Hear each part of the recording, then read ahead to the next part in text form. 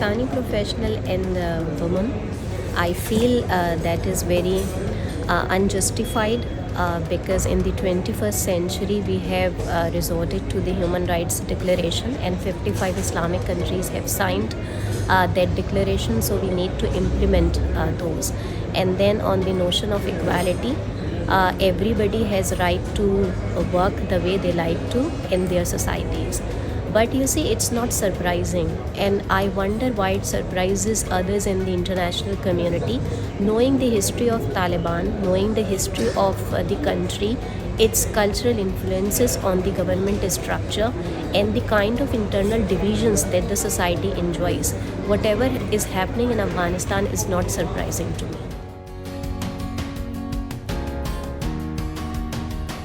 Pakistan is trying its best to convince the Taliban government that these rights needs to be protected.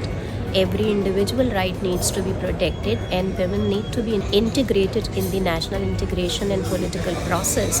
But Pakistan can only try to convince the government, cannot manipulate the situation, cannot force the situation, especially when the international community is tying all the aid to the Afghanistan government and the recognition of Taliban government to the rights of women in Afghanistan.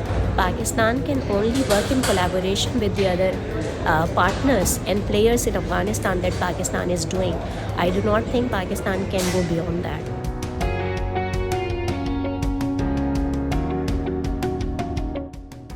My very brief answer is that they are very unrealistic.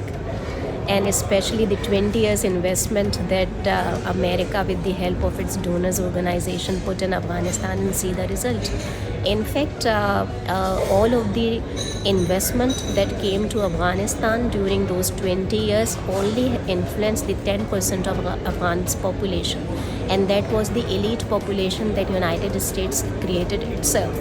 So now it is very unrealistic to expect Taliban government to do what they cannot do with all the resources, could not do in the past as well, with all the resources they had in Afghanistan and the power machinery and the leverage they enjoyed in Afghanistan.